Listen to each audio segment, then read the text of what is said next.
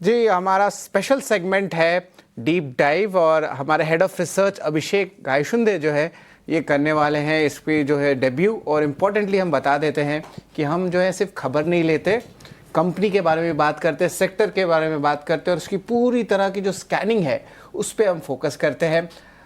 अभिषेक, आज क्या है? आज हम ऑटो सेक्टर पे बात करेंगे। ऑटो सेल्स के नंबर्स आए हैं और नंबर को शुरुआती दौर पर देखें तो नंबर मोटा मोटी जो है एक्सपेक्टेशंस के आसपास दिख रहे हैं। पर मैं कहूँगा कि ये जो नंबर्स में ग्रोथ भी अगर दिख रहा है और एक्सपेक्टेशंस के आसपास भी है, यहाँ से कोई बहुत बड़ा ट्रेंड उभरता हुआ नहीं दिख रहा है इस समय। यहाँ से इस नंबर में कोई बहुत मेजर सरप्राइज नहीं थी। केवल टाटा मोटर्स को देखें तो उसके नंबर्स जो हैं पीवी सेगमेंट और सीवी सेगमेंट दोनों में डिक्लाइन देखने को मिला। बट मेरा पहला पॉइंट यहाँ पर ये देखने को है कि इस नंबर के आधार पर हम पूरे साल के लिए न तो कोई नंबर्स में अपग्रेड आना है और न डाउनग्रेड आना है, क्योंकि ये शुरुआती 2 महीने के नंबर हैं। अगर की ट्रेंड्स देखें इस मंथ में, जो बड़े ट्रेंड्स हमको देखने को मिले हैं वो ये है कि महिंद्रा एंड महिंद्रा लगातार पीवी सेगमेंट में 50,000 यूनिट्स का नंबर मेंटेन करके रखे हुए हैं। और अगर ये नंबर सस्टेन करता है नेक्स्ट 3-4-5 मंथ्स में, तो हो सकता है कि पीवी सेगमेंट जिसमें कि लोअर सिंगल डिजिट ग्रोथ की एक्सपेक्टेशन है FY26 में, बट नेक्स्ट 3-4 महीने में भी M&M जो है पीवी सेगमेंट में आउट परफॉर्म कर सकता है। दूसरी चीज इस नंबर में जो ध्यान देने वाली आ रही है वो ये कि despite all this global high hopes या ग्लोबल कंसर्न्स के बावजूद भी एक्सपोर्ट्स के नंबर इस मंथ में बहुत अच्छे रहे हैं। वो चाहे टीवीएस के नंबर हो, बजाज ऑटो के हो या आयशर मोटर्स के हो। आयशर मोटर्स में अगर देखें तो एक्सपोर्ट्स का कंट्रीब्यूशन लगभग 15% के आसपास रहा है, जो कि पिछले साल 11% के आसपास था। टीवीएस मोटर्स में देखें तो ये लगातार 5वां या 6ठा महीना है जबकि एक्सपोर्ट्स के नंबर 1 लाख यूनिट से ऊपर रहे हैं। इसी तरह से बजाज ऑटो में भी जो है हमने स्ट्रॉन्ग डबल डिजिट ग्रोथ जो है एक्सपोर्ट नंबर्स में देखने को मिली है।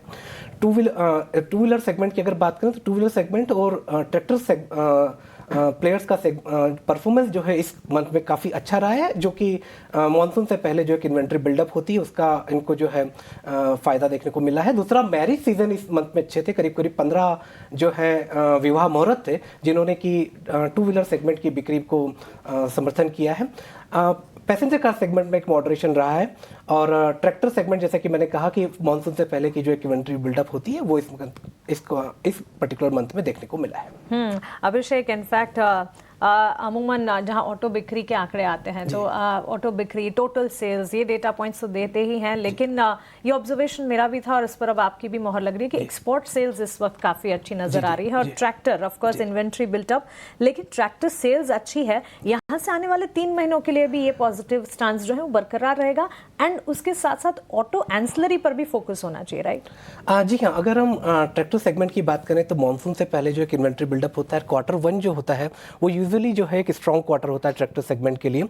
बट जैसे हम नेक्स्ट मंथ की तरफ बढ़ेंगे तो सबसे पहले हम देखेंगे एक लीन पीरियड स्टार्ट होना शुरू हो जाएगा। मॉनसून के कारण जो है रिटेल सेल्स पे भी इम्पैक्ट पड़ेगा और ट्रैक्टर से नंबर्स, इन्वेंट्री जो बिल्डअप हुई है उसकी बिक्री के आधार पे जो है आगे आने वाले दिनों में माहौल बनेगा। तो स्पेशली ट्रैक्टर सीवी या पीवी किसी सेगमेंट की आप बात करें तो जो चौमासा है, जो कि मानसून का पीरियड जब स्टार्ट होता है तो रिटेल सेल्स में गिरावट आती है और उसके हिसाब से ओईएम्स जो होते हैं वो होलसेल्स को एडजस्ट करते हैं। अगले महीने में कोई मैरिज सीजन भी बहुत ज़्यादा नहीं है, कोई फेस्टिव सीजन नहीं है, स्कूल कॉलेज ओपन होंगे, उनसे जुड़ी हुई बिक्री हो सकती है। इसके अलावा केवल नीड बेस्ड बिक्री को देखने को मिलेगी।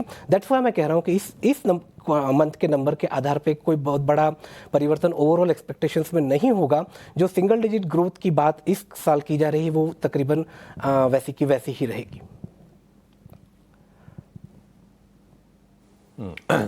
अभिषेक, एक और चीज़ आपसे समझना है। अब इस महीने कम से कम 2 इवेंट हैं जो शायद सेल्स को भी ड्राइव करें। एक तो मॉनसून पर नजर होगी, दूसरा आरबीआई की पॉलिसी भी आने वाली है। उम्मीद करके चल रहे हैं कि 0.25% का रेट कट तो आने वाला है। तो क्या आपको लगता है कि जून में अच्छे नंबर्स कंपनी रिपोर्ट कर सकती हैं और कोई ऐसा शेयर जो खास तौर से आपके रडार पर है? देखिए, जैसे कि अभी हमने बात की कि जून से अगर जैसे मानसून स्टार्ट हो गया है तो एक लीन पीरियड स्टार्ट होगा और रिटेल सेल्स पे उसका इम्पैक्ट पड़ेगा और होलसेल्स में उसका एडजस्टमेंट होगा। मैं नहीं समझता कि Q1 के नंबर के हिसाब से कोई बहुत बड़ा अपग्रेड या डाउनग्रेड ओवरऑल सेगमेंट में आएगा। ये जो एमपीसी की पॉलिसी है, इससे जो इंटरेस्ट रेट में कटौती होगी, अगर होती है तो उसका फायदा जरूर जो है देखने को मिलेगा, बट वो ओवर द पीरियड होगा। वो ऐसा नहीं होगा कि अगर जून मंथ में अगर कटौती होती है तो उसका इम्पैक्ट जून में ही रहेगा, क्योंकि ऑलरेडी एक और बेनिफिट हमारे पास जो बजट के दौरान जो टैक्स में कटौती हुई है उसका भी बेनिफिट्स पूरे साल में देखने को मिलेगा, but that is largely factored इन। अगर आप इस इस आगे आने वाले दिनों में अगर देखना जाने तो आपको देखना पड़ेगा कि ईवी सेल्स पर भी हमारा ध्यान होना चाहिए।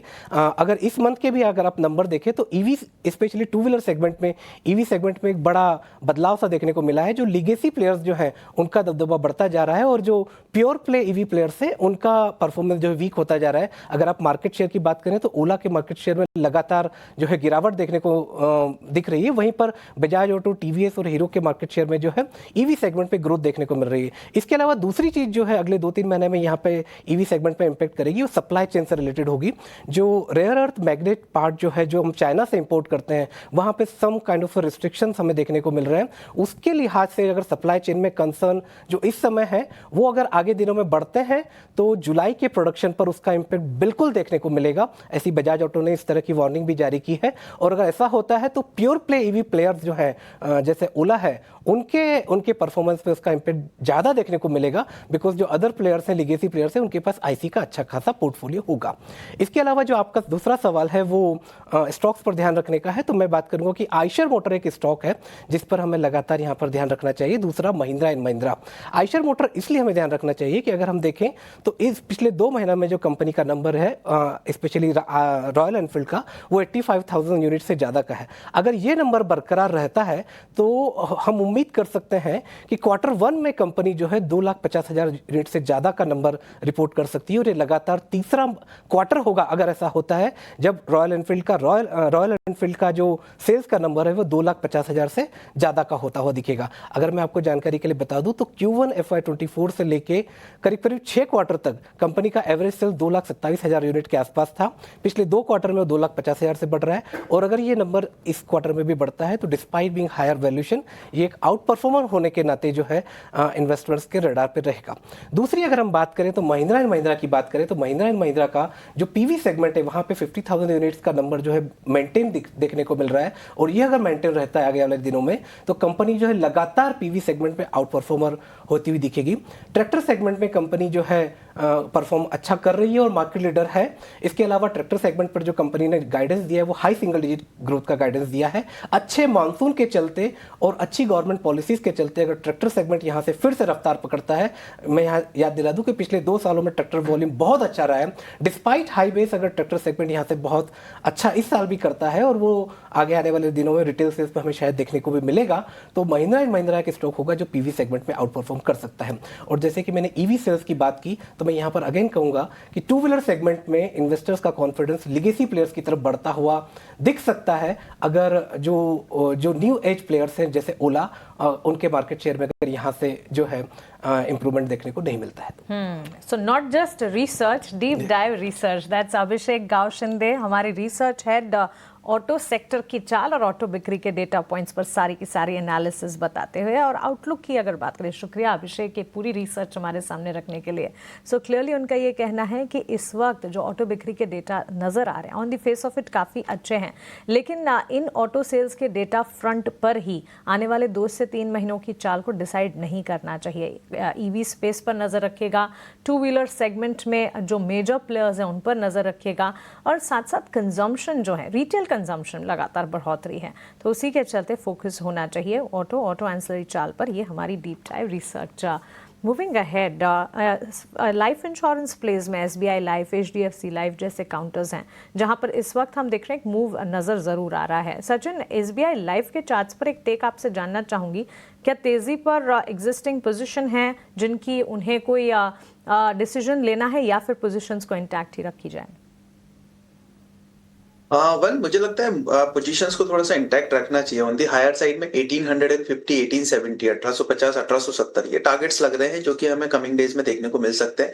तो एटलीस्ट जब तक के लिए पोजीशंस को जो है वो इंटैक्ट रखिए। लोअर साइड में एक स्टॉप लॉस जरूर सजेस्ट करूंगा। होल्डिंग के पॉइंट ऑफ व्यू से जो लोग देख रहे हैं कि होल्ड कर सकते हैं उनके लिए एक स्टॉप लॉस रहेगा, वो रहेगा 1785 का। सो 1785 ये स्टॉप लॉस के साथ में पोजीशंस में बने रहिए। 1850, 1870 कमिंग डेज में टारगेट्स हो सकते हैं स्टॉक के, से इंटैक्ट रखें और ऊपर 1870 के ऊपर के लेवल्स भी नज़र आ सकते हैं। सचिन, आपका शुक्रिया हमारे साथ जुड़ने के लिए और बाजार पर अपना नज़रिया हमारे साथ शेयर करने के लिए। चलिए, बाजार में इस वक्त कमजोरी ज़रूर है लेकिन small cap mid cap recover करने की कोशिश कर रहे हैं। 10 के बाजार की शुरुआत करते हैं और शुरुआत सीधा हेडलाइंस के साथ।